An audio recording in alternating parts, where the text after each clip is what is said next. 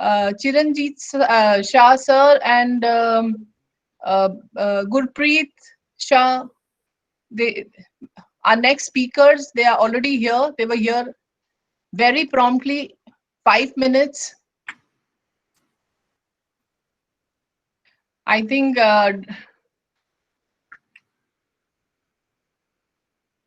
sir, thank you.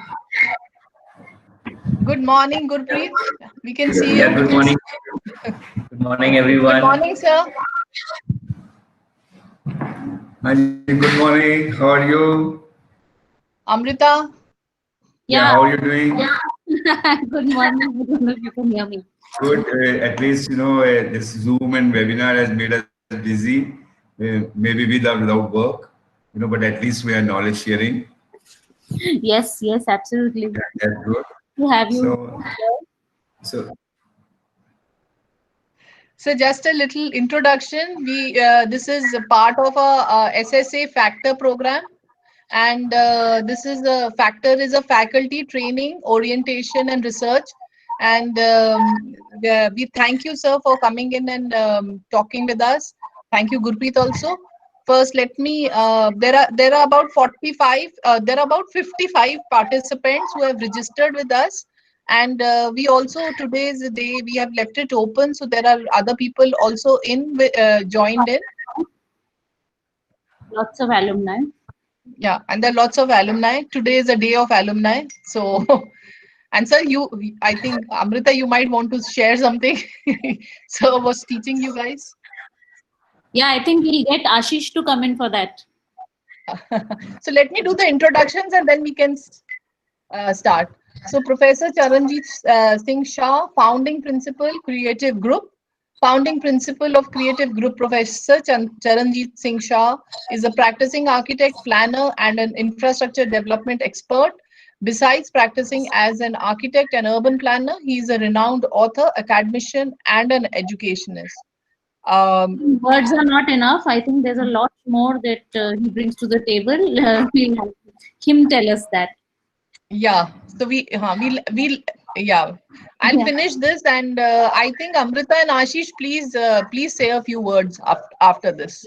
Yes. Gurpreet Singh Shah, principal architect, urban designer, Creative Group alumnus, SSA 1996 to 2001.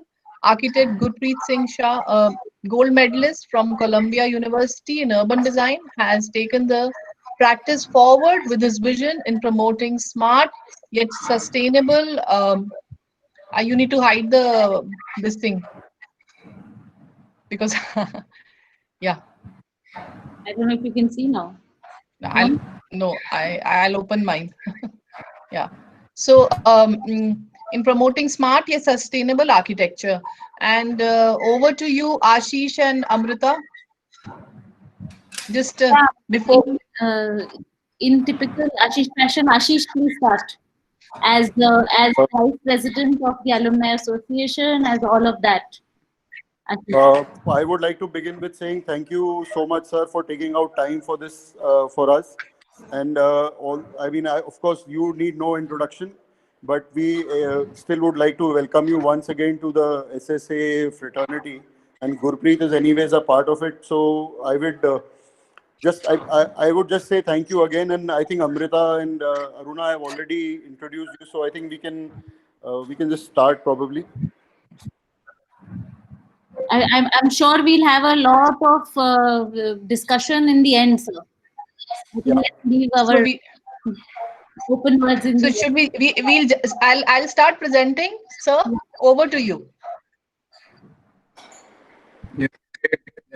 Good morning, everybody. It's like my pleasure to be here with you and a big dialogue, transferring things from father to son. And I am the proud son, the proud father of a lovely child who is now grown up and a product of Sushant School of Architecture.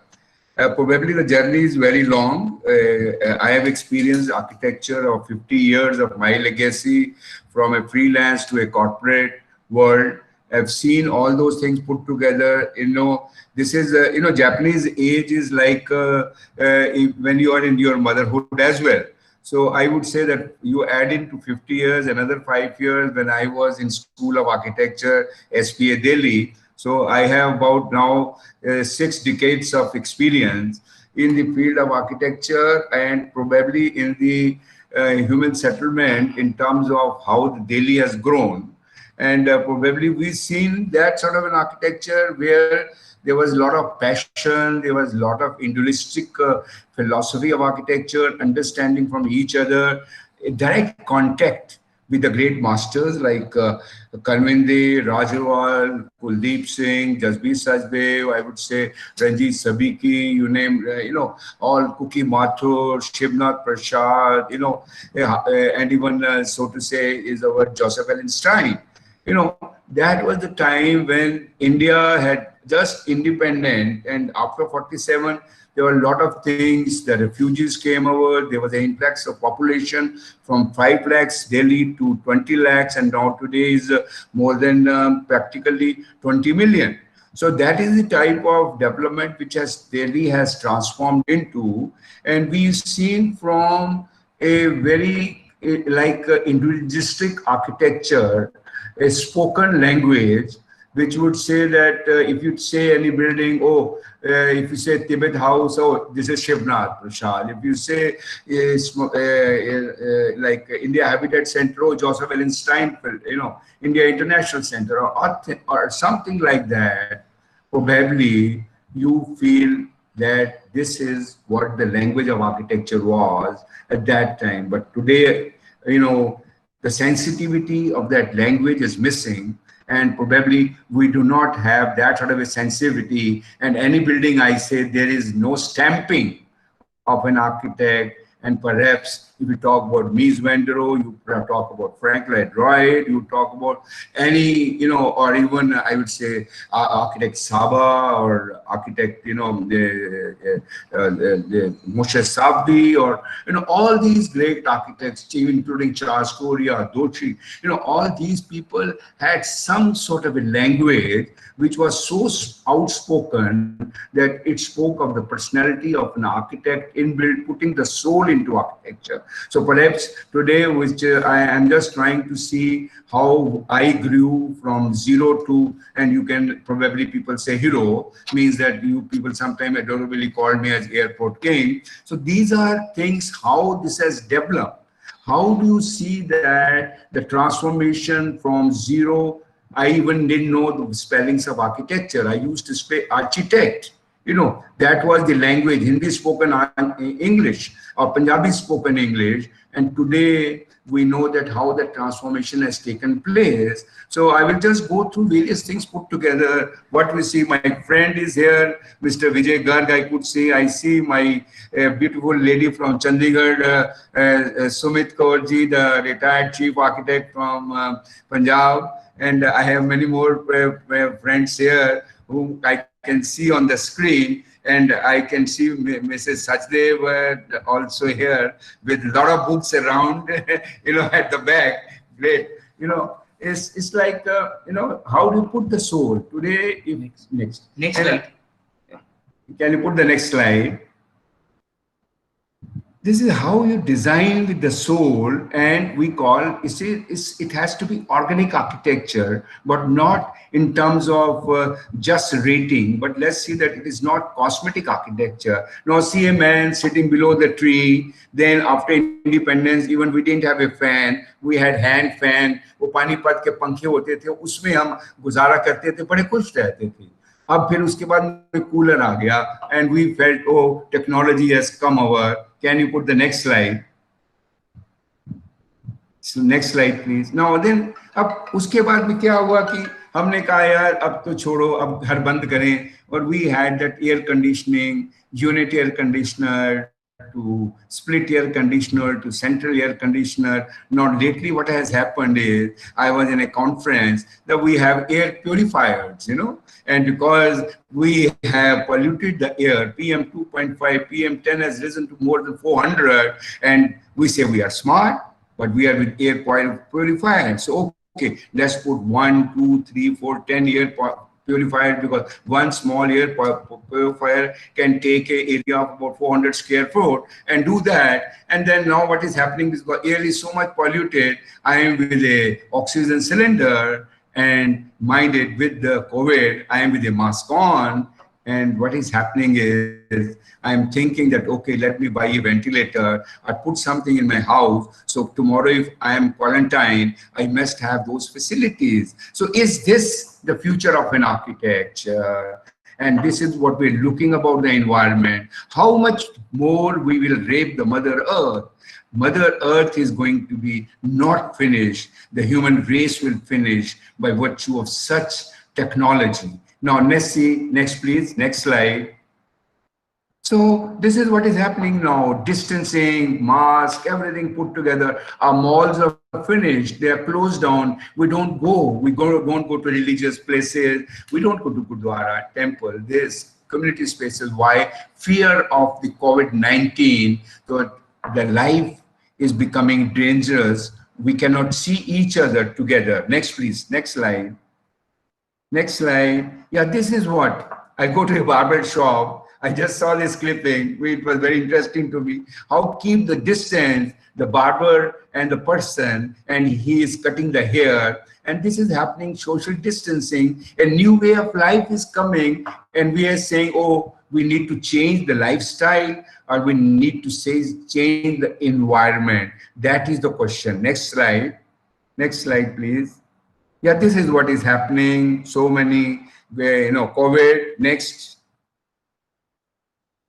This is very interesting to me. Early stage, after I was born in a refugee camp, I could see we were very static, gossiping around, sitting under a tree, and we were static. We lived in harmony with nature. पेड़ के नीचे बैठ के तब भी मजा आ रहा है. No air conditioning, nothing of that kind. No built-up spaces. We were like, the old ways of habitat, and very comfortable. Static, we were nature, and now constantly we are moving, evolving, innovating. Technology, evolution has destroyed the nature. Is this what perhaps we wish to have, the technology bound, architecture? Next slide, please. Next, this is a quote, 50 years, which we have been practicing. Any of our building, which we learned from the great masters like Kanwinde, Joseph Wallenstein, or Lee Corbusier. All these people, they talk about the built form should not be treated as a mass of brick and concrete, but as a living organism which breathes and which is embodied with nature. And we say, oh, it's green architecture. Do you think that is what is required? How do you practice that in reality? That's very, very important. Next slide, please. So this is, we learn from nature, just like a banyan tree, inbuilt structure component, beam, column put together. Once a tree is practically spreaded in 4 acres of land and is still surviving 250 years of an age. Next slide. This is what sustainability is. Can you see 1,000 people under one tree? And everybody is comfortable, and it's like a big convention hall under a tree. This is sustainability. Can we do something and this is what is I am creating with my soul, with my passion, with my belongingness, and that is what we call is sustainable architecture. Next, please. This is how I am not saying that we need not be nomadic. I am not saying that I go to the old Stone Age, but I even do not wish to be absolutely robotic. And what is happening today, that we becoming robotic, and all that IT thing, the sensors, the automation, various other intelligent building management system are putting me not into my nerves, but into the computer. I am getting enslaved. Is the architecture we wish to do, or we perhaps need to evolve some more other ways of aspiration where I say, oh, I create Indian, sustainable, smart, human settlement of tomorrow. And I will show that, how I practice, how I did. And we, from a very freelance, we used to be not very greedy for projects. We said, okay, 1 or 2 projects, let's do that. We used to do, PMC, other things put together, understanding the project, come into the nerve of the project, and then understand the soul of the client's aspirations, and then carry on with the project. But now what is happening with the intervention, global empowerment, we see all these big players coming in, and they have taught us how to do the corporate practice. And corporate practice is nothing but to earn money. And you are today not perhaps working for the work, but working to grab the work. It's like beg, borrowed, steal. But I must be on the front line, and my headline should come, yes, I am doing this, I am doing this project, I am doing this project, maybe with some political intervention, maybe with some money intervention, or maybe with some other power game. And I feel that is the way to win over the corporate. And I say, yes, now I am global architect. So that is now, I'm just visualizing what I did and how the whole thing has been transformed. To my son, Gurpreet Shah will now take it over, and he will let you know how things are being transformed, what we did and how we are now. Then now let over to Gurpreet, and then we will come to question answer. Thank you very much, my dear. Next slide, please. So, you have seen the passion. So we started with passion of Professor Shah, and slowly as the project grew, and in the last 15 years, especially in the country, the scale of the projects have exponentially grown.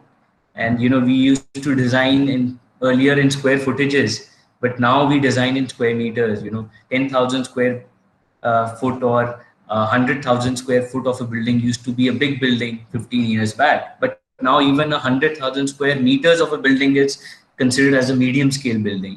So that is the transformation these days. And the time has really, the time cycle in terms of planning has become very succinct. Next, please. Next.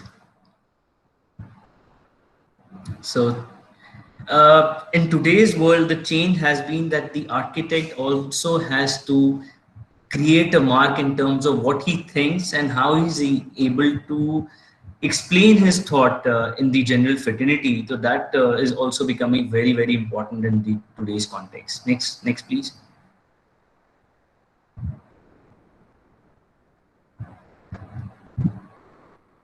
Gurpreet, do you require to play the video, or do you want to continue with the presentation? I think we can show the video now.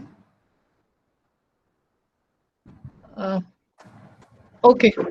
That will give some sort of intensity of the project which Gurpreet is handling now.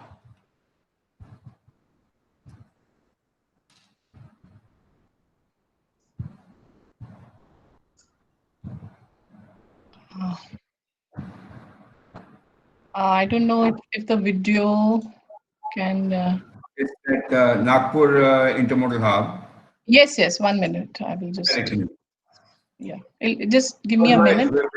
Yeah, when we talk about large projects, like airports, railway stations, bus depots, metros, the last mile connectivity is very important. And how do you see that all that thing is happening and they become the epicenters of the cities now today? So please run it.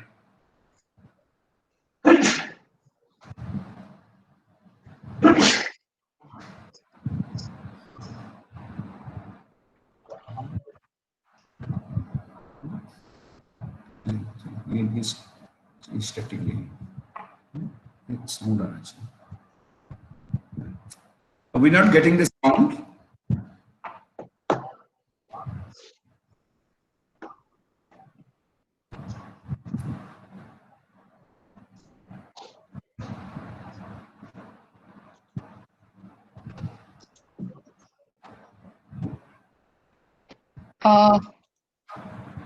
Sound is not coming. Yeah, I think there's an issue about the sound, because in this Google Meet, when we present, the sound doesn't come. So So we can then, maybe we should skip the video. Let's come back to the presentation then. Sure, sure, sure. The idea of showcasing the animation was that since now we are moving from static to a very media centric technology, so the nerve of the client and even the projects, and that when you do, it becomes very critical that the span of connecting with the client or to showcase your design is almost 4 to 5 minutes. So it becomes very critical that how do you explain your idea and the design intent in such a short amount of time. So what we have learned during practice is that the power of media is very critical, and it becomes very important that through digital media and through animation and through videos, you can present your design thoughts in a way that even the non-technical people who are evaluating, generally the people who evaluate or generally the people who are sitting on the other sides are engineers. So they are able to understand the design process in a graphic context, so that your planning processes become very simple for a layman to understand, correlate to it. So that's the way you are able to create your design thoughts and convey to your clients in 3 to 5 minutes presentation in a very power packed manner. So that's the transition from visuals to plans, that now we are moving to probably animations in a way to present our thought. Next slide, please. So as architects, as we all are aware that active and passive, both these strategies are very critical. But passive strategies are the one that we really need to enhance during our initial design processes. I will just add on this, because I'm literally tempted to speak on passive ways, because this I've been practicing for the last 5 decades. Everything, we need to respect our natural resources, and any building, when we talk about physical planning, they are layering in the building and envelope of the building, then oscillation.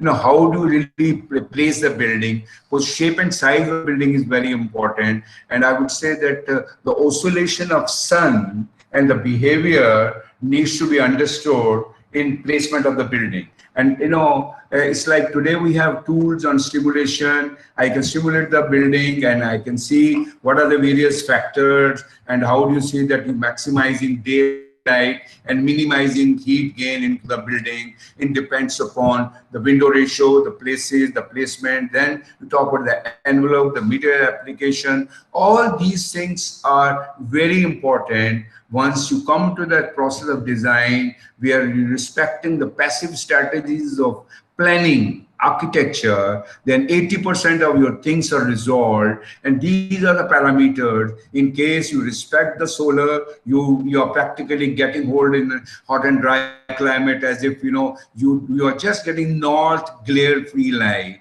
You have shaded south light, and I'm protecting my penetrating west harsh light. And if I'm able to do that, then with the interface between my built form to the landscape, how I create some sort of a tunnel effect between the wind and the flow of the wind passing through the green and to the landscape and to the water bodies, and creating that ambient temperature by all these, in terms of planning. So these are certain fundamentally which we practically, from last 50 years of Creative Group's legacy, we come to the planning, we see that planning norms are being obtained.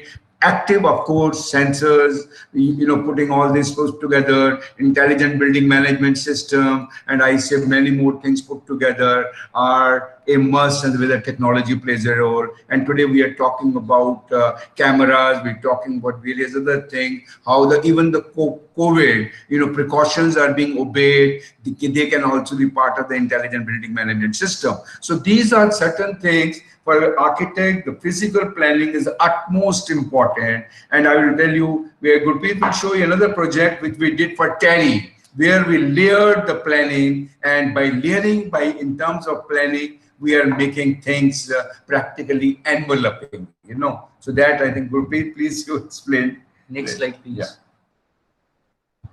Yeah. So this is the basic idea of how a courtyard Haveli used to work, you know, and we used to have courtyard right in the middle of the house, and just by the basic principle of mutual shading, we were able to achieve comfort condition. Next.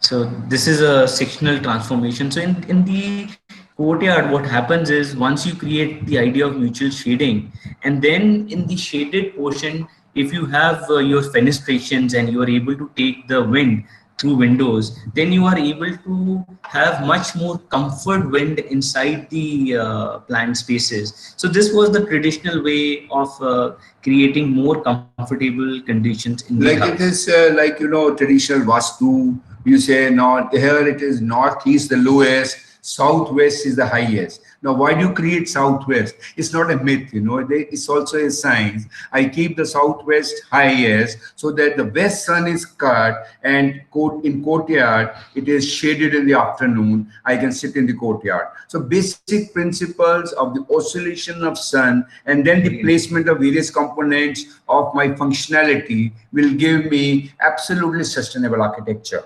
Next, please. So this is like this kind of a basic diagram understanding of the sun and the wind is very critical for our students. So I really feel that, you know, if these principles are ingrained well in the students in our education system, then their understanding of taking the next step becomes much more clearer.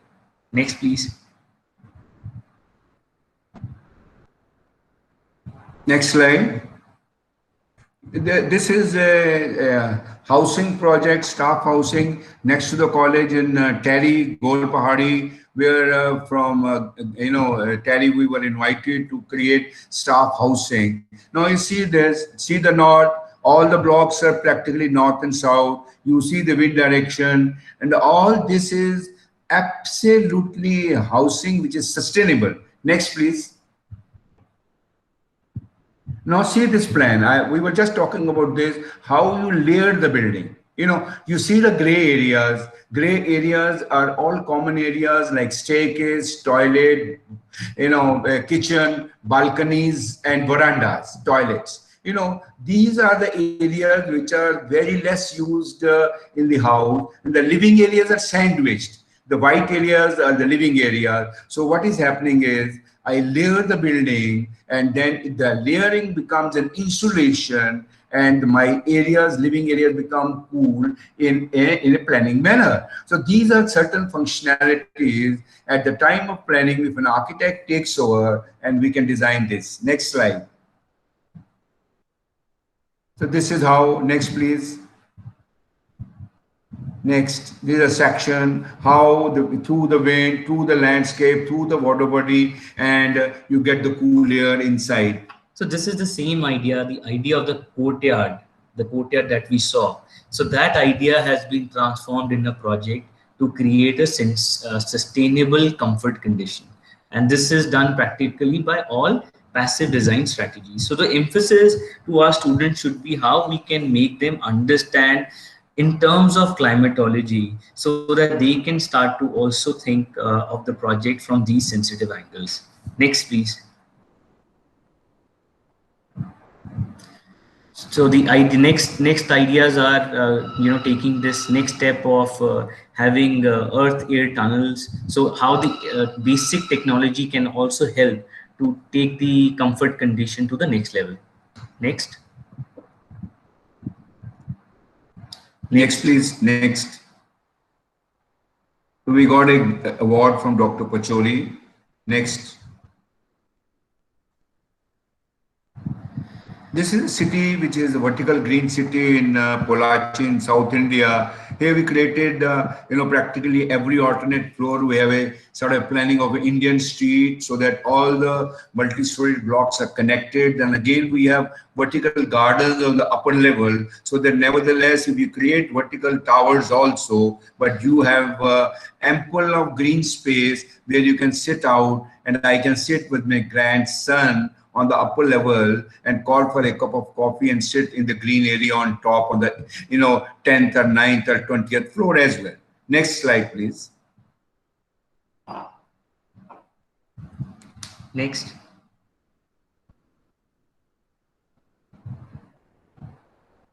To the master plan, again, all blocks, north and south, interconnectivity, street planning, obedience to all Vastu, phonetic Vastu of South India as well.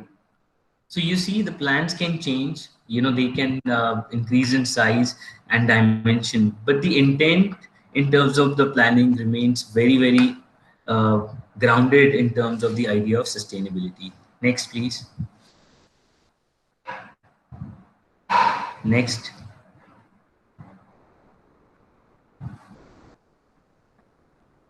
Next, please.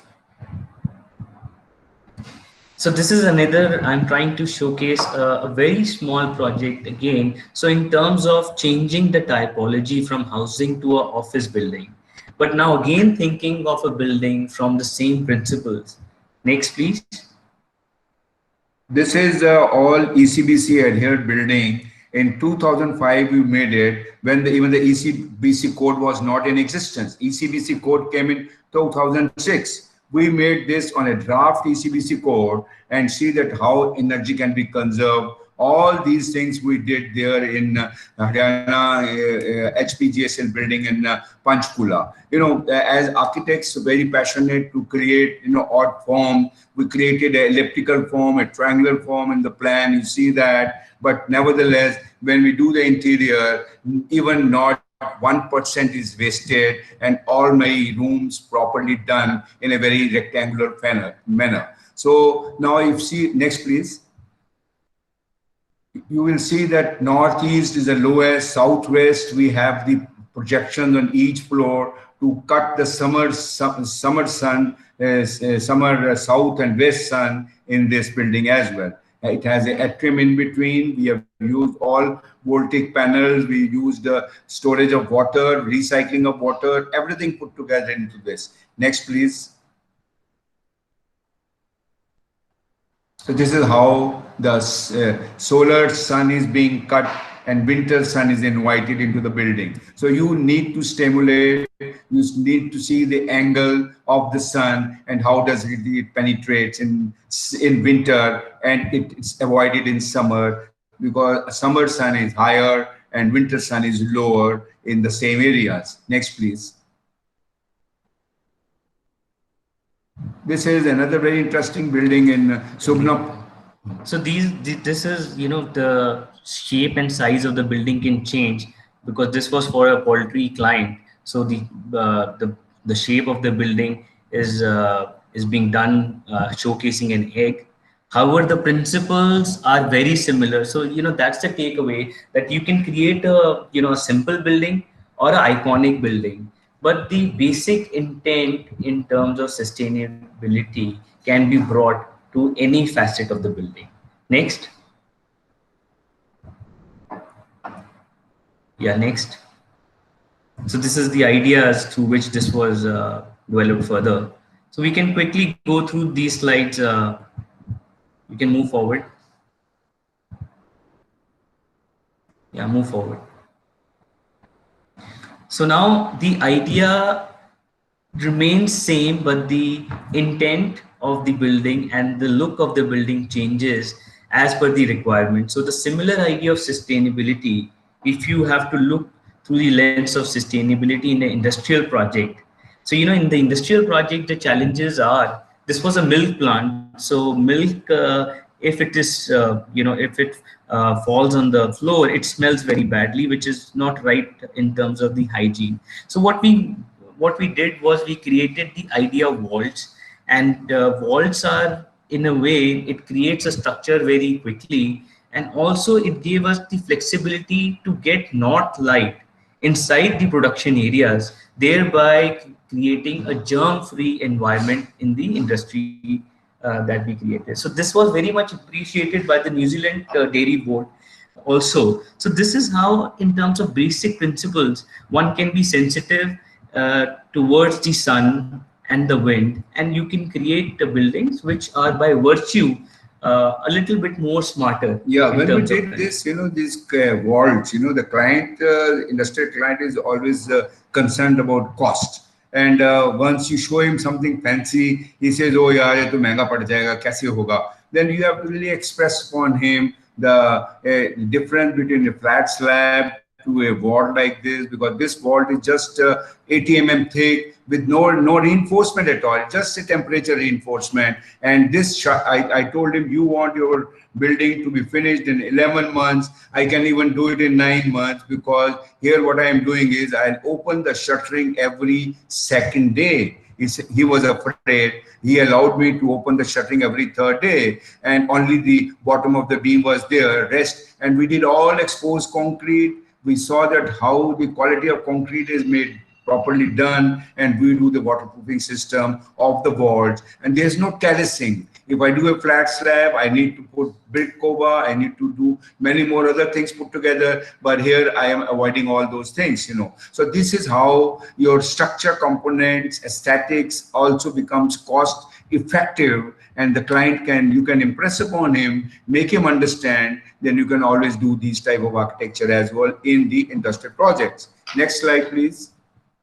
This is what, because this was the time when I particularly was doing these projects, and now today is the time when Gurpreet has transformed things in an absolutely different global flavor. Now this is how you see the exposed concrete vaults and some of the pergolas, and shadowing the courtyards. Next slide. Next. So this is what we used to practice around, this is 2 decades, maybe in Yes, for 2.5 decades. 1990s to 2000. So, this will give you a glimpse of how the architecture has also changed in terms of practice. So next, please. Yeah, next. How we put the glass blocks on the roofing, how the craftsmen used to work, how things were done at that site itself, how the local material was done. So this was a time where, architect used to spend time with the client and also on site. So we used to plan together. Yes. I think that was the time where planning and, it was very difficult to say who's the client or the architect. So we used to all come together as a team. Next. So even we reuse all the shuttering that we created as the design for the gate. Yes, we use this on the main entrance gate, and that even the shuttering, this thing is not wasted. So this is how every material is like reused, and it is put to use in the same campus as well. Next slide, please. This is one of my first multi-storied building, our building in 1975, 74, and just about my 5 years of practice. And this was again a national competition. So we won this competition. The client was, we were very excited. The client was in doubt that how a young person, अभी मेरी दाढ़ी भी पूरी नहीं आई थी. I was just about 25 years of an age, 26. And the confidence building to the client was not there. तुम्हारा experience कहाँ है यार? तुम ये ऐसी multi-storied building दिल्ली में होती ही नहीं थी building, बहुत कम थी. I'm talking about 75.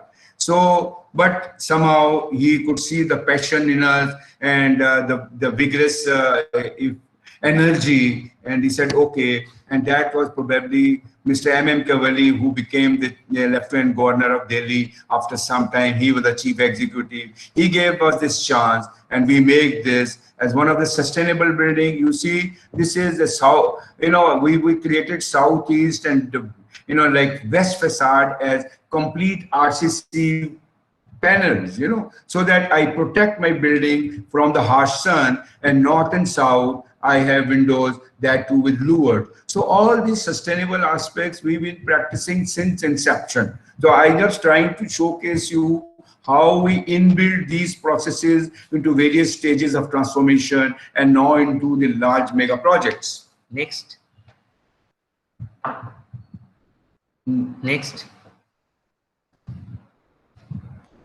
This is another Golden Heart Resort on Delhi Jaipur Road, where we use the local materials, slates, all these buttresses and arches, and a very typical Indian way of doing these resort campuses. Next. This is a master plan. So then, from the 70s to the 80s, then came the time where air conditioning systems started to happen. And architects started practicing buildings where there was a combination of spaces, public spaces, which were made comfortable without air conditioning. And the main areas where we used to have the convention hall facilities, those areas were only limited for air conditioning. So I think that was the time where we created buildings which were very sustainable. Yes. By creating only energy utilization for spaces which were required. Yeah. And the other thing, Gurpreet, was very important here was the dialogue with the client. We started, this was a Civil Jubilee celebration for the Congo Engineering College in Perumdurai in near Coimbatore. They said, we want some facility for 5,000 people. So just make they gave me, they gave us, a simple a Kirby structure shed like drawing. You make this. We said, no, we'll do something which probably you can enhance as and when things can develop. So we created a multi-purpose facility where outside is used as a saluting base. Inside we have one basketball court, 4 badminton court, plus a facility of 5,000 people. So this is how we created this facility in South. And we did the PMC, we did architecture, we did everything put together. Next slide, please. So that's how the basic idea was derived. Next.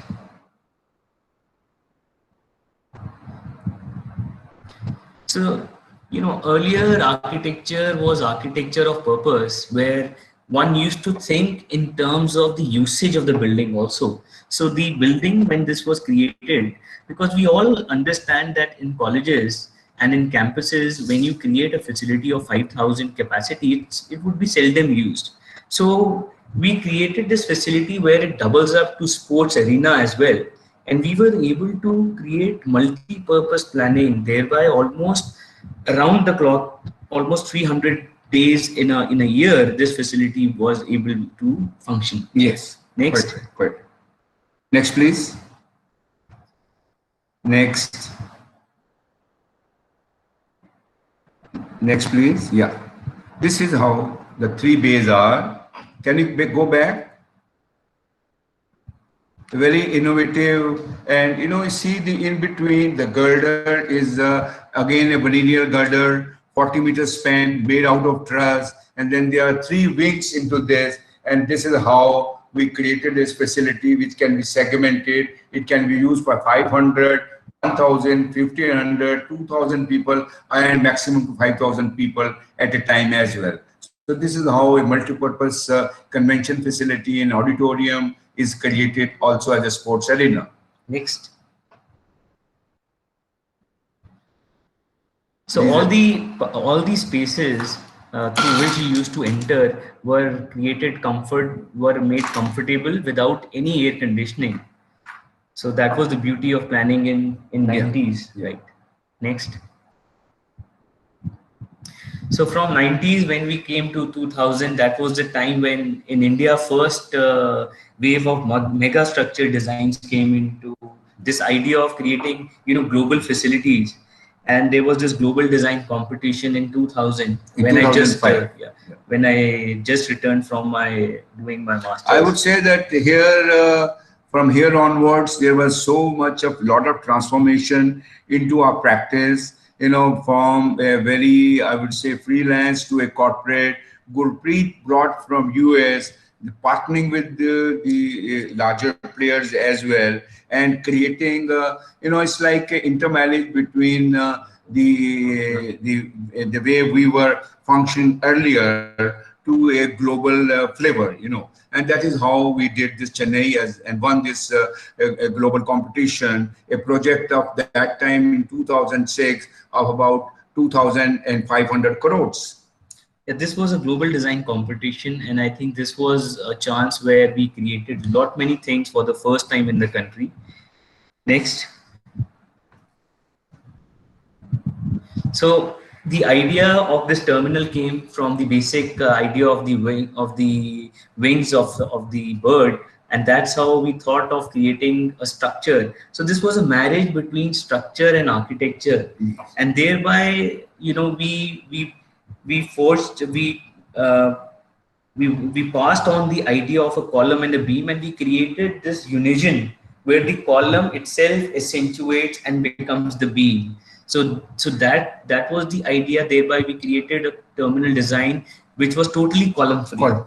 And then the idea of having light from the 7 sides. So this is a design idea where we created a design where in the daytime you do not require even a single bulb to be switched on, and the full daylight is able to create very nice ambience lighting inside the terminal. It is at practically at 7 o'clock in the evening, the President of India inaugurated this, and there was not even a bulb on, and he clearly complimented that, see how the daylight is there in the entire terminal, So that is the type of architecture. And this is one of the greenest airport in the Asia Pacific, where, if you see, it is elongated, and it is north and south, and north is from the air side, south is with a large canopy which is 24 meters cantilever and shaded south, and by making a sort of a H shape, I get north south more faces. It's like adding on 1 2 3 4 faces instead of 2, and absolutely you get light everywhere, and that too glare free light. This is how the main basic sustainable passive ways of design can even help in a mega project of airport. And we don't say that, oh, airports or the mega projects are energy guzzlers. Here also you conserve your energy, you preserve your energy, and you preserve and conserve your resources. Next slide, please. Yeah, how very dynamic structure, and it's like without any false ceiling, we created this absolutely organic, so that how do you see that without even false ceiling, how do you put your services on, how do you put your air conditioning duct on, how do you put your illumination fixtures on, and how do you do your firefighting system. Everything has been put in this absolutely organic structure, which is becoming very dynamic, and once you go there, you really have a very beautiful panoramic view. So this is an idea where architecture and structure, they can come together. So this is a marriage between them. So in the photograph it looks very simple, but creating spaces where you don't hide anything and you are able to accentuate the skeleton of the building itself, and the skeleton itself becomes the piece of architecture, is quite challenging. And this is the first airport where we were able to bring technological innovations as well, because in mega projects one gets the challenge and the opportunity to bring architecture and engineering together. So this is the thinnest flyover in India, only 400 mm thick, and you see the trusses.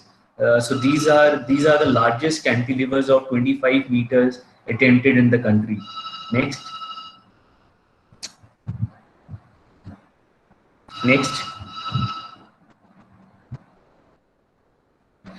So when you move from smaller to bigger scale projects, so technology becomes very, very critical. Managing the public space becomes very critical, and also in terms of the look and feel, what is the flavor in terms of public perception that you bring with the project becomes very critical. And something that we architects, need to train ourselves more diligently is the financial aspect of the projects, because as the zeros in the projects increase, any small change in terms of design becomes very, very difficult to manage once the project starts in terms of finances. Next. But all this needs to be again interwoven into sustainability. That's the prime concern of Creative Group, our 50 years of legacy. We always see that the basic parameters of sustainability on a micro to macro level of a project has to be, absolutely put into design. Next slide, please. Intermodality, last mile connectivity. We also did the metro station. We interconnect. This was the first intermodal hub in India where 4 modes of transports are interconnected. It's like railways, surface, metro, international to domestic terminal with a glass tube having 42 walkulators. Next slide, please. Next. Yeah, next. So these are the same principles that we have talked about. So this was the design intent of the project. The cantilevers were just not created for, to show the engineering technological marvel, but they were very carefully crafted so that the south sun should be shaded from the main facade. Next. You see, we were talking about the car parking outside as well. It has a green hot top surface, because what is happening is we always take care of conduction, convection, and radiation, so that nothing is practically putting the heat on into the building and generating more load to the air conditioning. So how to cut the load is because any radiating heat from outside surrounding, which you keep generally hard surface, also puts an additional load, and that particularly from south and southwest. So that is also taken care of. Next, please. Next slide. So we also integrated terminals with vertical gardens. Next. So in terms of technology also, we inserted a glass tube which kind of connects the air side to the city side. Next. So this is another terminal facility. Next, where in terms of architecture, just how you would think in terms of the look and feel of the terminal, we had to create, this whole roof is a mesh. So in terms of creating a design solution, where first time we were able to just not design 3-dimensional curves, but also create a way of just not creating an idea, but also able to implement that kind of an idea. So that was very, very challenging in terms of, taking the planning in terms of 3 dimensions to be able to perceive and execute it. But we were very concerned when we were doing Raipur, because Raipur, Chhattisgarh is the state which is producing more than 50% of the steel production in India. And we said, let's see that we create a complexity, a dynamism in steel. And here, if you see the roof, it's a double curve complex roof. And we wanted to create a marvel in steel. And that is what we done. We created steel columns, 3 columns, then putting the avian sort of a roofing on top. And secondly, we thought that let's see that it becomes a belongingness to a place, and we insert the Bastar art, local art flavor inside, so that once you are at the airport, you know that you are at Raipur or at Chhattisgarh. Next slide, please. You see the outside, even green is all car park, green hard car park surface, first time in any of the airports has been done, so that we use polypropylene paver blocks, so that you have the hard surface. We created our own lake. We stored our storm water, so that we have our own STP. All these are like creating a net zero facility, nearer to net zero energy, net zero water, net zero solid waste management. And that is what we try to create here. Next slide, please. So I think we have a couple of more slides. We can go faster. You can just move on. Then we'll have more. This is the complexity of the structure. You see the tree column. Next slide. How the interface between the various layers is there. And see, the whole thing is practically a wire diagram. Every piece is measured from the wire diagram and made there. Very sensitive project, very difficult to do, but absolutely this has been done. Next slide. Next. Next, please. Next. Yeah. Next. So this is also very important that you see in the previous slide, the interfaces. So I think in our educational practice, how the planning and the construction technology need to come together. This is something that, you know, as architects we really face this challenge. So maybe in our curriculum we need to understand how in terms of steel structures we can understand these, because when we were doing this project, I still remember that we had the roofing as double skin calcip roofing. So when it came to gutter, generally gutter is made out of plate, and Raipur is 48 degrees outside, inside is 20 degrees, and when the water drops, rainwater drops on the gutter, with condensation it starts leaking. So what we did is we even did the gutter double insulating so that it is also insulated and no condensation takes place. So these are certain things detailing. When you do these projects, you have to understand that it has to be in perfection. So how the planning and foresight to integrate it in terms of engineering can come together, that is very critical as the scale of the project increases. Yes. Next slide. Yeah, next. This is the volume, very panoramic. This is like you see the day shot, night shot, with, you know, all those happening. Next, please. Ticketing counter. Next. Yes, next, please. Next. This is the Bastar art. We put the water body, the local flavor inside. So this was the first time, I think in 2007, where this idea of making these global facilities, how the local flavor can be brought in terms of otherwise these buildings of glass and steel can look very similar. So this was our successful attempt at recreating the Bastar art. But how much is so difficult, in a government job to get hold of these things, 3 quotations, tender, all those things. But somehow we went to the Bastar village, talked to the real craftsmen, get hold of them together. There is some sort of a passion required, energy has to be given, and sometimes it is without any money. But only thing is that to create that sort of architecture, sometimes you have to go beyond your responsibilities as well. And we wanted to do all these things put together. So we really did a lot of research work and able to do all this there, executed. Next slide. Next slide, please. This is outside. You see the car on the green surface. That's a food court. That is how the outside ambience of the landscape is. Next slide, please. This is what we did. Complete restoration of your water, storm water, and 100 kilowatt solar plant on the service station roof. All this we have done. Next, please. This is how landscape features. Next, I think we can go skip over. Yes.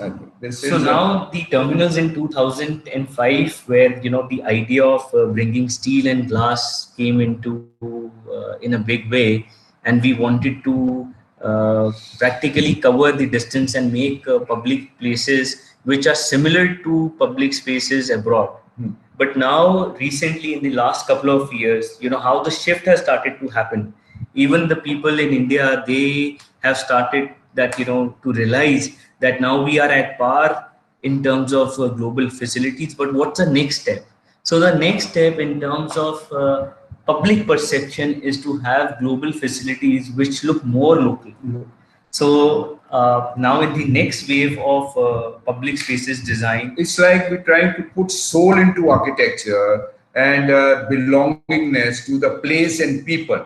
Now we're talking about Bhubaneswar Airport, Rajkot, Varanasi, all these. Now can you go ahead? See all this, we studied the temple architecture, the twin city of Bhubaneswar and Puri, and how, the next slide please. Yeah, now see this is like Jagannath chariot, inspired from Jagannath chariot, Nowadays, Supreme Court has just banned that festival should not be there because of distancing. Now, this is how they pull the chariot, and we created this from the various temple architecture, this thing, Konark wheel, other motifs, put together. And this was and anybody who saw it, minister or the chairman, and anybody, he said, this is mine. This is Indian architecture. This belongs to me, So when there is a belongingness to an architecture, it means it starts breathing, it starts vibrating, it starts transforming, and that is what we are working with the soul. So this is the learning from one stage to another stage. Now we learned this. We're trying to do this, at Bhubaneswar and other airports. What do you say, Gurpreet? Yes, absolutely. Next slide, please. So these are the different ways of connecting the global facility with a very local facade. So the local facility will be very upfront on your face. Next. So in just not the facade, but also in terms of all the layout in the interiors, we have tried to recreate with the local flavor of Unnakutti art. So trying to understand the Pattachitra, the local flavors, the local motifs, and how you can be inspired to create even the flooring patterns, even the way the look and feel of each space can talk about different regions of that state. Yes. Next slide, please. Next slide, please. So that's how the Pattachitra was brought inside the check-in processes. Next.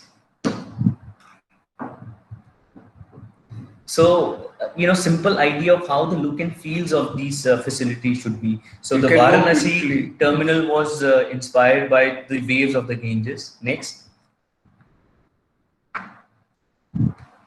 Yeah, next. So you can probably go quickly. Yeah, you can go to them. We'll have discussion because it's already 12:06. Yeah. So this is also a very beautiful way. See how these sculptures have been manifested, and also see the bells, how they come into picture. So now the next wave of terminal designs, even the if you please go back and see the patterns on the roof. So these are the sari patterns of Varanasi. Silk. So the silk sari. So the idea of the silk. So how the architecture will be interwoven with the flavor of that state is very critical for the next generation of public buildings. Gurpreet, we put the Sanskrit slokas in the boat kind, interior. Next slide. I think we can skip over. Yes, next. Yes, next. Silk sari again. You can see this. Next. Yeah, this is a very interesting project. This is the first project, I think, in terms of commercial building, where we have thought in terms of sustainability. So please go to the next slide.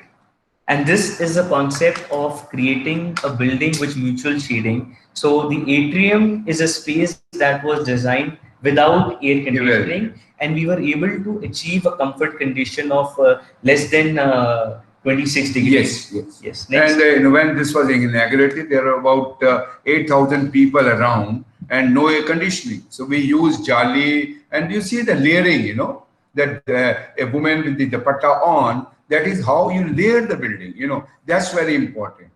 They see it on the left hand side, how, in a very ethnic manner, I am protecting myself from the harsh wind. So that is again, even the building has to be adopted from that, and how to protect by layering the building, Yeah. Next.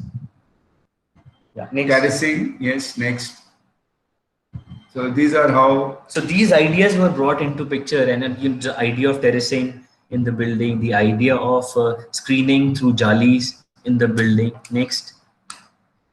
And this has been awarded even by multiple international communities awards, for best building design in terms of sustainability. Now you see the oscillation here. It has the northeast the lowest, southwest the highest, and we cut the southwest sun. So then in the atrium there's a mutual shading. There is no sun going inside the atrium, and atrium is with some sort of a pergolas and other things put together. Next slide, please. how this behaves. The simulation is very important nowadays. It's a tool which can help you out in shaping the building and respecting the sun. Next. Next. This is how we use the jali. I do, ha, it's hot here. I do, it's cold here. So that is how we use this, and we are absolutely comfortable in this. Next. Next, please. Next. Next. This is a night shot. Next. So even in commercial designs, the ideas of sustainability, if put across properly, are appreciated. Yes. Immensely. Next. So this building kind of breeds itself. So the similar idea in terms of high rise also, with the real estate market really going down, the idea of a dynamic building at a very low cost was something that was floated as a prerequisite by the client. So we came up with this idea of dynamism through looking at ballet dancers. Next slide, please. So see this idea of an intent of a twisting human body and how that can probably create an intent of a building design. Next. You know, the building twists, but the center of gravity remains in the center. As a ballet dancer, do not fall. Let's say that we twist the building in a manner, but still the center of gravity remains in. And now again, what happens is this building is twisted, then it is wrapped. Now the wrapping is structure wrapping. It just is in Gurgaon and it falls in zone 4. And this wrapping will allow my building to come back and at the time of earthquake, and it resists. So it's like the wrapping is bringing back the building. So these components are not only a facade treatment, but also a structure component. So this is how we created this, a very optimized cost building. But if you see it, it has a twist. It looks so aesthetically appealing.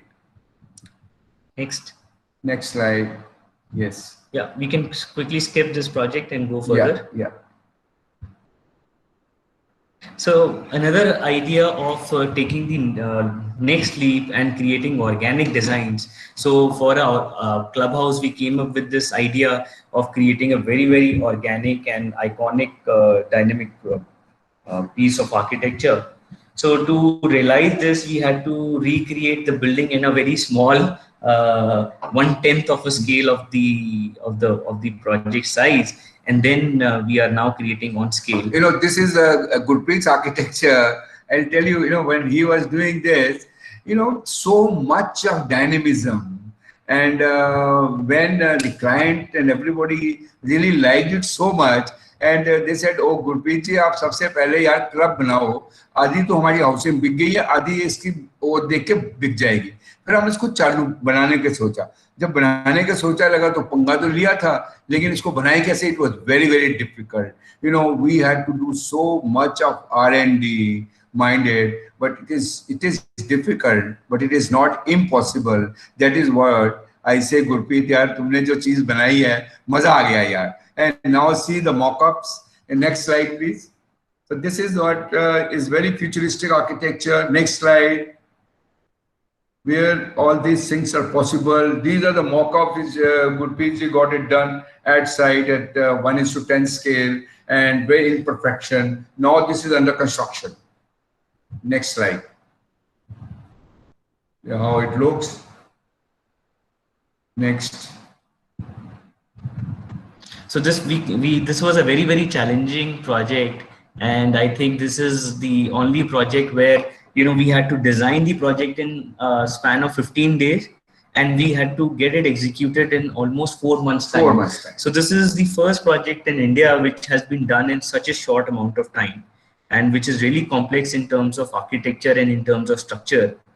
Next. I would rather say that this is the hats off to Gurpreet. He is from the inception to basic Khanda, the philosophy of Sikhism, how all these things have happened, and then getting hold of a 400 crore project in 4 months is nothing but magic, you know. Next slide, please. Day and night, 24/7. There are, you know, more than 60 cranes at the site. This is the Khanda, and based on the Khanda, the terminal building is there. This is at the land port at Kartarpur Sahib corridor, connecting with the main Gurdwara in Pakistan. So this is how people go by foot from Punjab to the other side of Punjab, that is in Pakistan, to Kartarpur Gurdwara Sahib. Next, please. Next. This is how it looks. You know, here we had the opportunity of creating art, architectural sculpture, everything put together. There was so much of pressure that we actually looked upon many things which are beyond architecture as well. The unwanted project management was also being done practically totally by us, which was not even part of our contract. Next. So these are the structural elements. So very, very complex things to execute in such a short duration of time. Next, please.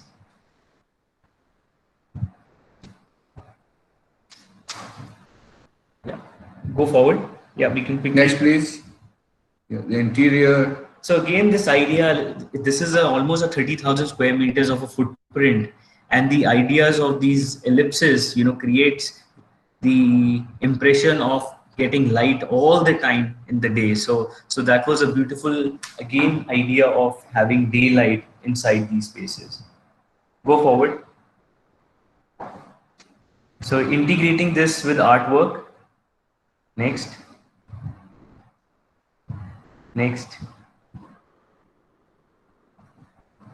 So in these projects, it becomes very, very important that how you have to quickly learn the culture and the intent of the project, so that you are able to transform the cultural part of that region also in the project. Yeah, we need to do a lot of research work, R&D all together, day and night. It's like you put soul and heart to your project, you know. It's not that something which is just, you know, you just make it and leave it. But here it's like working 24/7. You dream the project.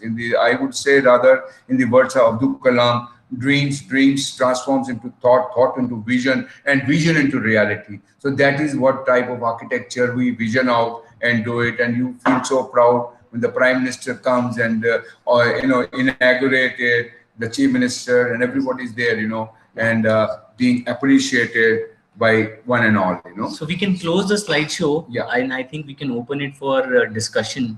But the intent was how the practice has gone through the transformation in terms of the you know, basic elements in terms of planning, moving in terms of heavy in terms of technology.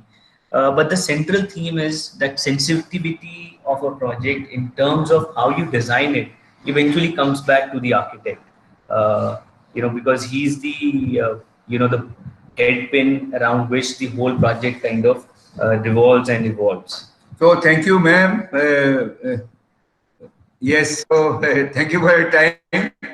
So I think the questions would be more appreciated.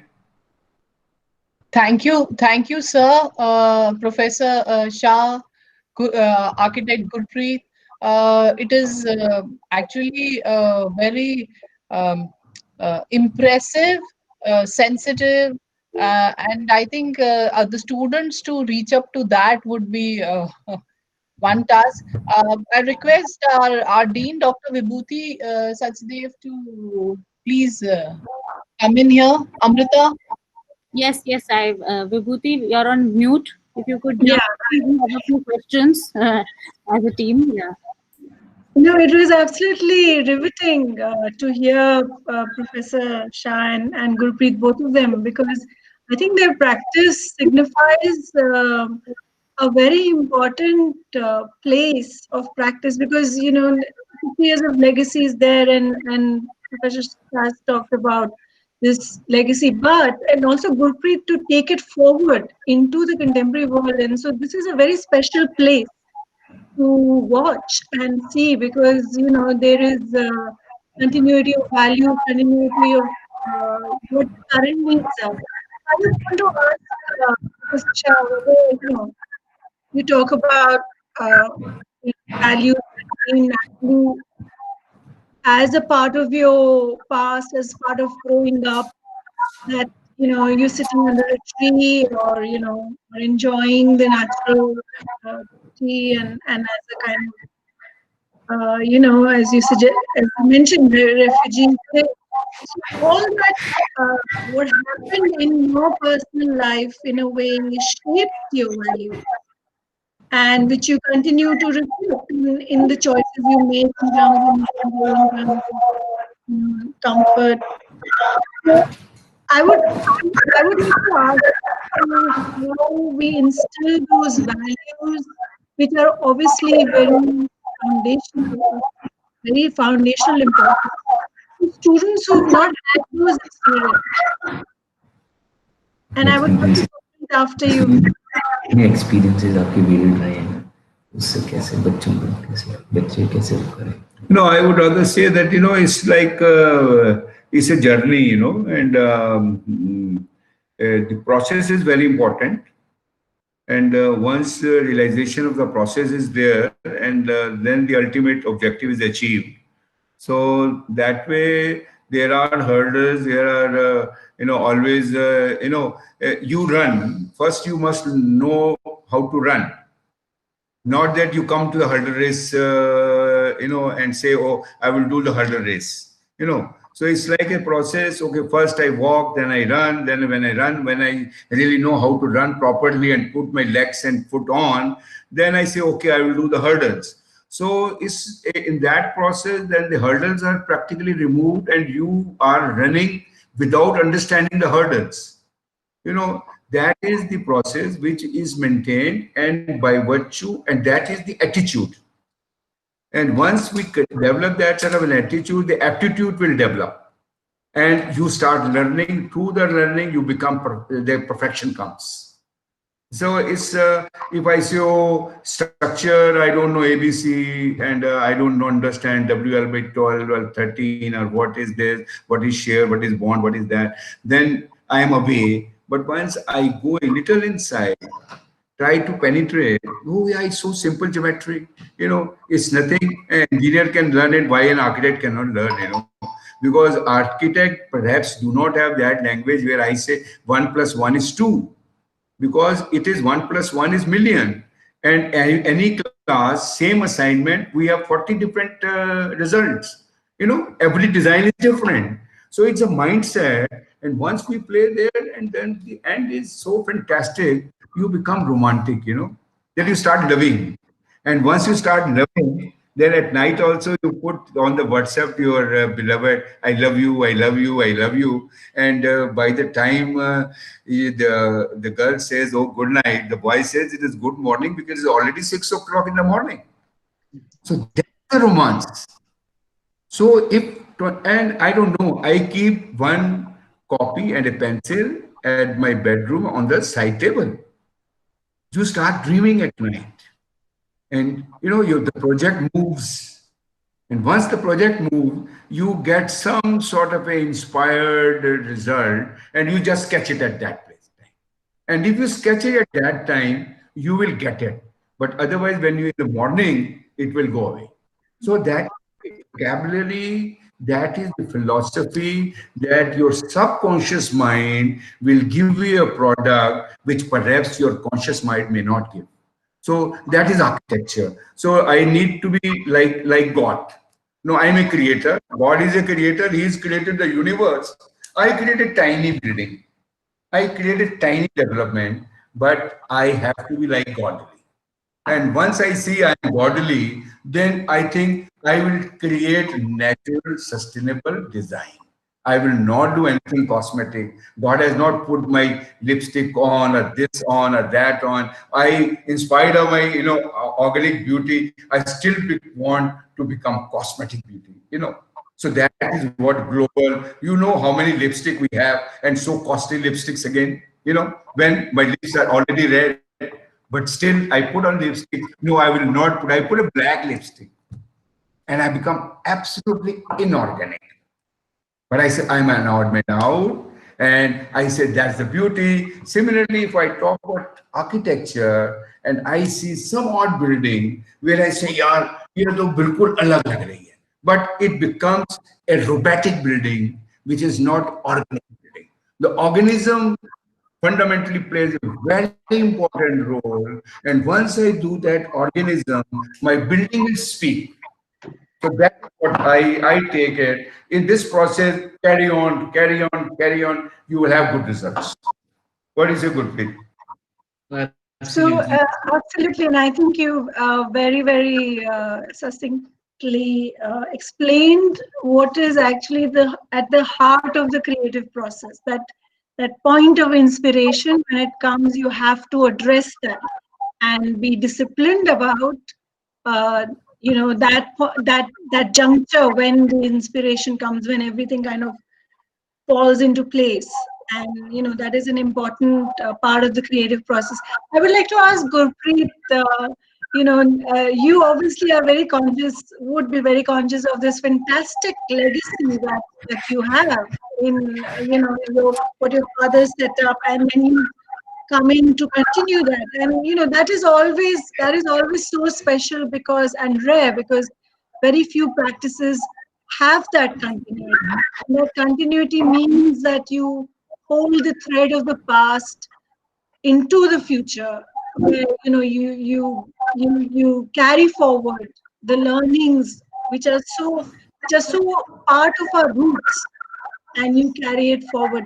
So I would like to know from you some instances where you think there have been departures from our roots, and you've had to address those with your father, and say, this is actually now not the way we want to do it, or we want to do this differently, or because that's what the students are coming from. So I would like some of those examples where you depart, and your projects show that. So if you could explain some of Sure, them. sure. No, absolutely. I think in the 50 years, the way the thinking was set by Professor Shah, we are trying to keep that thinking in our projects. But, the process is always evolutionary. And with time, the way one thinks and one is able to do the similar thoughts changes with the intervention of technology. And it is very very important in today's world that the ideas, how we are able to showcase them, the role of graphics, the role of technology, the role of media is really becoming very critical now. No, none of our clients wants to see a plan or a section per se, or wants to understand our feeling through the basic intent, but they want to have a 360-degree feeling.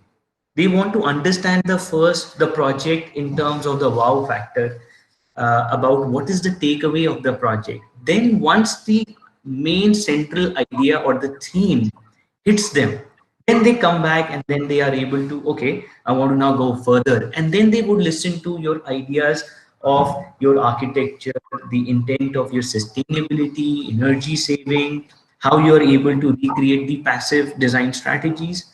However, if you start with these that this is the end goal that I want to achieve, none of them would really appreciate the idea. So what I've learned during these years of practice is that the process is the key, and you make the client part of the process, and then eventually he will appreciate the intent, even if he is not able to appreciate what you are able to achieve or what you want to achieve, but he would feel your feelings and he would appreciate it, and he would like that you should be able to achieve it. In many of the projects, for example, in the project of Kartarpur, this whole idea of designing such a project in 15 days, is such a challenge. So, you will design it, you will make it sustainable.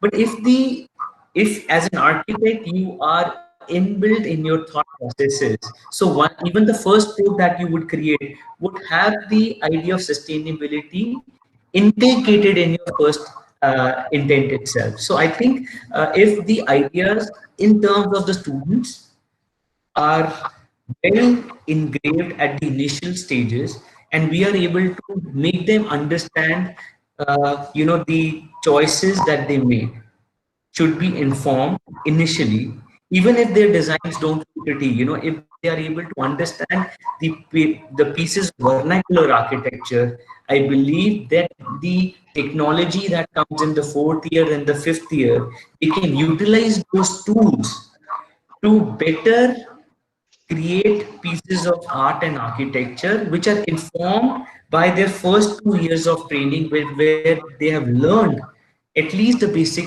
principles of vernacular architecture and sustainability. Otherwise, we see that, young students come to us when they are doing their internship or when they start their practice, where they have to start, or what is it that if I give them, okay, this is an intent, how do you take a first stab at it? So they get confused. So I think as in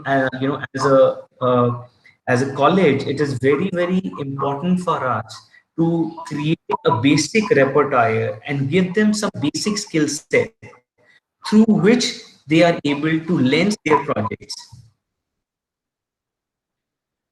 Great. I think those are very useful suggestions, and we look forward to interacting with you more and maybe get you onto campus, which is I hope not a distant dream, but quite a immediate reality. But we would love for you both to come to college and interact with our students as soon as we are able to. So it's been absolutely delightful hearing you both describing your projects. And I would now request the attendees to ask questions if they Yes, Yes. yeah, that's why there is the questions are directed to both of you, sir, and Gurpreet. Minal has said, my question to sir is, have they faced any challenges while constructing the parametric architecture project and how they dealt with it? So sir did mention, so I think a little elaboration on that. Yes, I think our first, I would not say the parametric project, but our first project where we thought of to create a project in terms of three dimensions. And the first of all, the perception of creating a three-dimensional curvature building in 2005 to 2010 were very challenging, because the softwares were also not attuned in terms of creating the building of such typologies. We had to shift from one software to another software. You might be realizing it in 3ds Max and SketchUp, but then to recreate, we did not have Revits and the the Rhino kind of software that we have today. So it was very critical that the architects with whom we used to work must be able to conceive and perceive the building in their mind very carefully.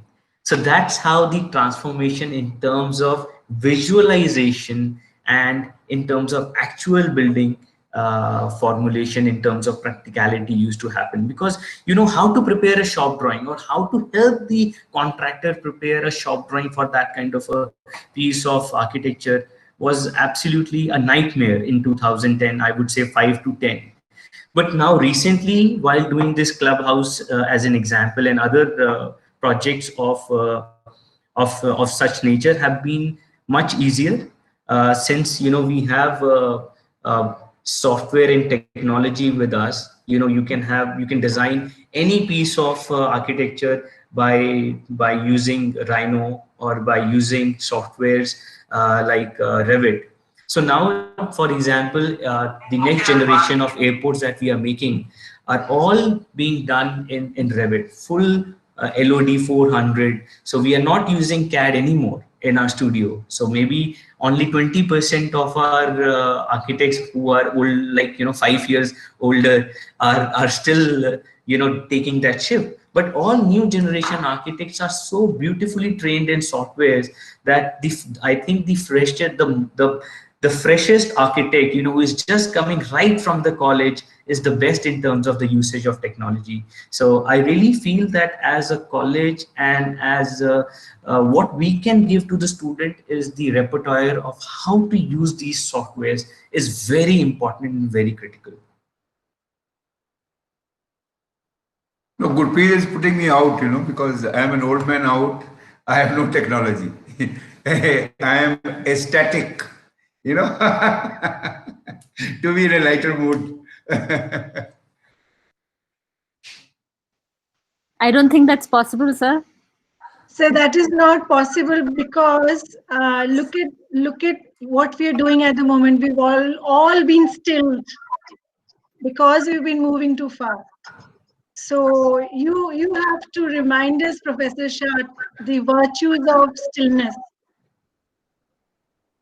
in order to move fast. So I think you will never be out of the picture. There is a question. Okay, Garima Agarwal, she's asking, being an architect, we come up with amazing concepts for design. We just saw in your work, you work with very strong concepts. How open are clients to these concepts? Did they value it? Do they value? Yeah, I'll tell you, first of all, you need to be confident. Who is running the ship? The captain. Who is the pilot of an aircraft? Pilot is the person who drives the aircraft and not the passengers. Similarly, once you are driving force, the client will follow you.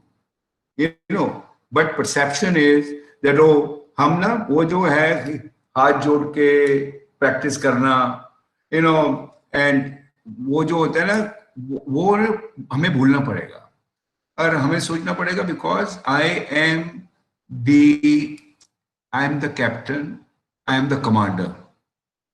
And once you command, never demand, and command comes with your comfortable knowledge, understanding, and argumentation.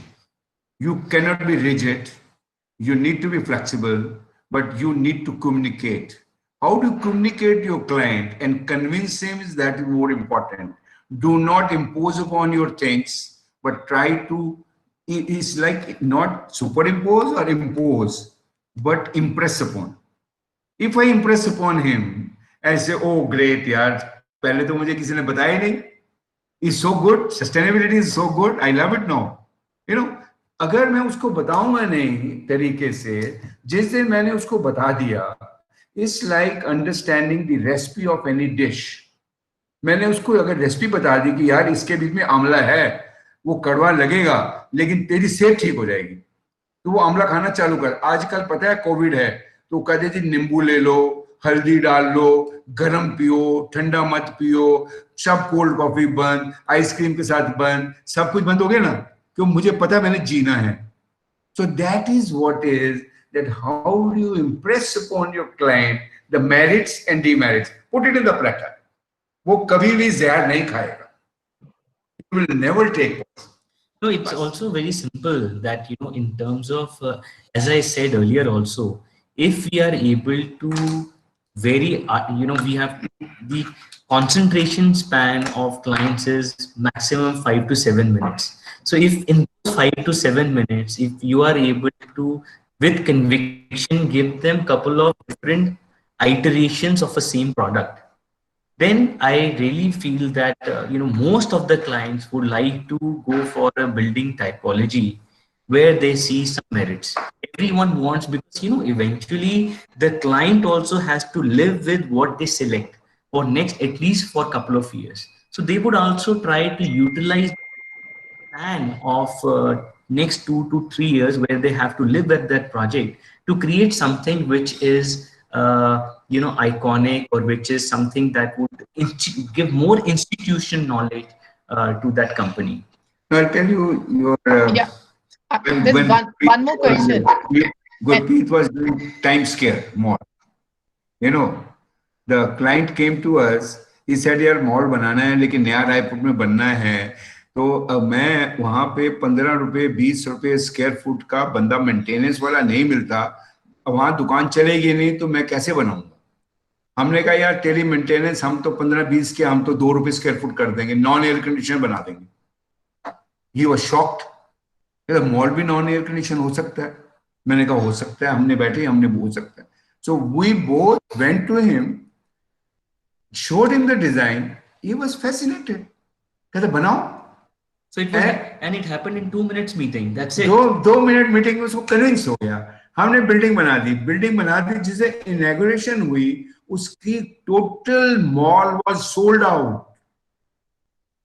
So that is the type of architecture, because sometimes जब आप कोई बात करते हो ना, अगर उसका पीछे आपका R&D अच्छा है ना, अगर पीछे का आपको डॉक्यूमेंटेशन अच्छा, अंडरस्टैंडिंग ठीक है, it's like holistic architecture will give me the resultant. Perhaps our study also needs looking beyond architecture, project management, construction management, quality management, financial management, interface between various things put together to make a perfect architect. जब architecture में बाहर करता हूँ ना, तो मेरे से वो पूछता है यार इसमें कितना आएगा, क्या मिलेगा। मैं कहता हूँ मुझे नहीं मालूम, मैं तो कल ही नक्शा बना दूंगा। वो भाग जाता है। और जब मैं उसको थोड़ा बताता हूँ return on money, see I have done this survey, I have that sort of a knowledge of those things, some figures tips as a general knowledge, and then come to discussion, then okay I hire financial consultant, put him together, and that is the framework when you talk about any larger mega project where everything rotates, come into that. That is how the feasibility report, the pre-assessment report, the DPR, the various things are done. And that is perhaps the architects in their college should know that the parameters looking beyond architecture. That is what is required to be taught to them, and expanding the horizon and look beyond that, because I see your Madam Shashank alumni, working as big project management consultant. Bakchi is there, your friend Kalra is there, and one more, Mr. Puneet Narang is there. All of their alumni of Shashank College, they are at a head. Somebody is in KPMG, somebody is there in CBRIE, somebody is there in another Canadian company, somebody is, heading a company like Creative Group, Gurpreet.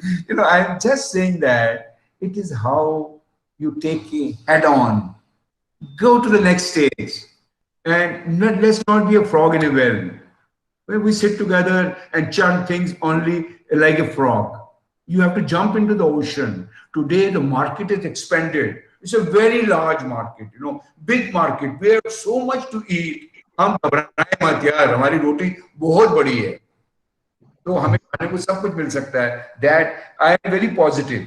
I always look upon that unless and until you open up dialogue, that is the where now. Abhi hum na, madam, if you have seen that we are doing that webinar series on Smart Habitat Foundation, which has been created by Creative Group, and we are doing with SOCM GEMS, and with ASHRAE, with ISHRAE, with FSAI, and we have the attendance of more than practically 1,600 people attending that webinar from various fields. And we are talking about project management, we're talking about construction management, we're talking about fire safety norms, we're talking about air conditioning, air quality, beside architecture, net zero, beyond net zero.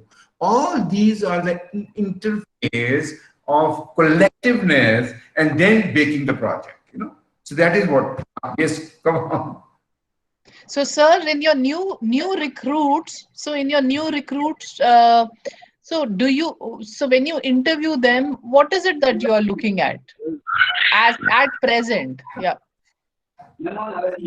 In the new recruits, in the 4 or 5 years of their learning, so you can't expect that they would be great in terms of working drawing. So that is not their forte. But what we do expect from them is a culmination in terms of good design thoughts, and how they can quickly get those thoughts in terms of visualization. So I think that is the key takeaway that I generally interview, and I see some of the colleges are able to produce students who are able to quickly understand the vision in terms of planning, and they are able to transform that vision in a virtual way where general people can understand it. Yeah. There is one more question. Dr. Vibhuti, would you want to say something? Otherwise, I'm continuing with the questions. Please do, because these are very important questions and they relate to our students and faculty as well. So Ashish has a very good question as well. So please continue. Yeah, Ashish has put a question to you, Gurpreet. What do you think your education gave you that was critical and gave you confidence towards professional practice and understanding? Yeah, Loaded one. Yeah, it's very loaded. In my 5th year, when I was doing thesis, and I remember Vipin Gupta sir was there. So he was the one who pushed me to do further studies. And as architects, when we are training ourselves, we always feel that we as an individual are producing a product. And I think a shift from the individual to the team is the key if you want to successfully deliver projects of mega scale. Because, as an individual, you might be able to think in one dimension very clearly, but you need and you ought to give some value to other disciplines.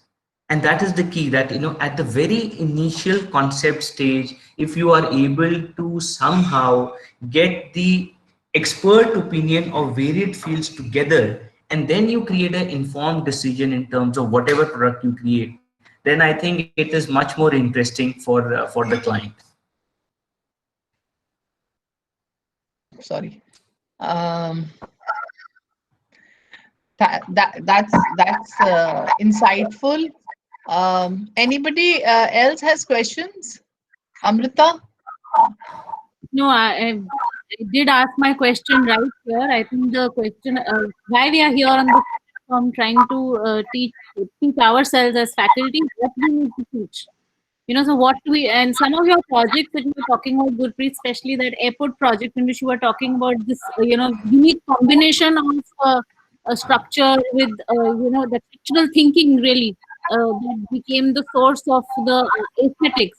I think if you could expand a little bit more on this with respect to the project strategy that we could employ in education. How did we go about that? As the project scales have increased exponentially in the last 4 to 5 years, it has become very challenging that one needs to back the project in terms of understanding with lot of R&D. You need to learn in terms of culture, and culture and art has become very, very important and central piece in terms of how you can take your architecture forward. So especially, as I was talking earlier, that in 2010, when we were part of the first mega project in the country, that creating a team and taking learning from each other was very, very critical. But that transformation from last 10 years from today is that engineering and architecture was something that was very critical 10 years back, but now today engineering, architecture and art, and I think that is something that Sushant has really taught us well, that art and architecture are somehow in unison. And I was not able to understand this when Professor Ranjan used to teach me about this, but in my practice I've realized that that was something very important that we learned. And in today's world, art is so very important to be integrated, especially in public buildings, that really deciphers the project for a general audience, and they are able to relate with the building much more through art than through architecture. So I really feel that if we are able to inculcate culture, a sense of culture and a sense of sustainability in our designs in the students, that would be very, very important for us. Thanks. That was great. Thanks. Yeah. We are also, unless anybody has any questions, I think we are also. Yeah. Anybody has any questions? Gurpreet had asked for a hard stop at 12:55, I think. Yeah, yeah. Yeah. We So have. we will stop in another 5 minutes, and if anybody else has questions, I 5 think, minutes earlier. I think Pre-deliver the project. Great, great. We had strict instructions, so we really didn't want to exceed Gurpreet. No, thank you, Ashish. Ashish, Ashish, we'd like to. So I'm just warning Gurpreet that Gurpreet, you will have a lot of people applying for jobs, so be careful. You'll have No, to. no, no. No worries, no worries. It is very interesting that during this lockdown, we are working with almost 20-30% capacity, and we are also doing some work from home. But very interestingly, we have been able to churn out more than we used to do when we were 100% running the office. So it's a very interesting time for us. No, so this is also very interesting that the same thing is getting translated into education also. If you realize that since mid-March we've been conducting classes online, so there's a change of the process is entirely changed. So it reflects on the profession as well as the education of it. Absolutely, absolutely. and yeah, I think So we'll probably post this whole thing, get back to you to hear your experiences of practical subjects and how you went about uh, actually running your practice in this lockdown at a later date. Yeah, when we know a little It's bit more very, about what we are doing. Yeah, I mean, it's very challenging. yes, I can. I mean, we can only imagine at this point. We are feeling a little restricted in how we teach, and that's why we are doing it through this mode medium. With teaching building construction, which is the core topic of this discussion. Really, I mean, teaching is one thing, but doing is the other thing. So your end is the other end, which we might want to get into later, or have a few words about it now as closing comments that you Yeah, want to I share with us? Yes, surely. I think in building construction, making buildings in steel is something that I don't think much has been taught about that. At least, I was not much aware of it. And in 2010, most of us could not even decipher, structured drawings. And you have to be very careful that if you want to design buildings in terms of aesthetics in steel, then the first intent has to come from the architect. The structural engineer, can give you that this will stand or this will not stand. But how you create an intent? You can only create an intent if you also, as an architect, are able to understand structure to some intent. So building, it was a big shift, and we have learned the hard way in the last 15 years that how one is able to design buildings in steel. So I would really encourage that if you need any help in that, then we had created a small book couple of years back, with students. Some of the students from one of the colleges came in our office, and we made them make a book out of the projects that we have actually executed. So we can share those kind of things with you, because steel is something that is very new to India, especially. So we need to come up to speed in terms of steel. We are okay in terms of concrete, but steel is relatively new for us. I think that would be great. We'll get back to you for this thing, and a huge resource for us. Thank you so much. I would like Vibhuti to please give the closing comments and closing remarks and vote of thanks, maybe. So such is our times that I cannot offer you lunch, or we can't sort of go out to the canteen and have a nice conversation over lunch. But that we will reserve for the time when you come to campus, surely. And just to say formally, thank you both so much for sharing your work and sharing your ideas and insights. And it means, a lot for our faculty, which will get translated to what it means for our students as well. And what you also shared is a delightful way to work cross-generationally. I think that is so special, in which, the younger generations feel they don't have anything in common with, the older generation. And you show by example that it is possible to carry forward into the future our roots, our past. And that is a very, very special learning. And I hope you continue, you may, continue forever like this, and our best wishes to you both and for your practice. Thank you so much. Thank you, ma'am. Thank you so much. Thank you. Thank you. Thank you so much. And great, you're a great inspiration for us co-alumni. Thank you, Amrita, and thank you, Aruna, for the opportunity. And thank you, Ashish ji, for connecting us to the forum. Thank you so much. Not at all. It's a pleasure for us. And thank you so much, sir, that you took out time. Yes. It's our So, pleasure. Thanks a lot. Thanks a lot, Professor Thank Shah. you, ma'am. Thanks a lot. Thank you, Yeah. Vibhuti, ma'am. Thank you. Okay. thank you, sir. Thank you.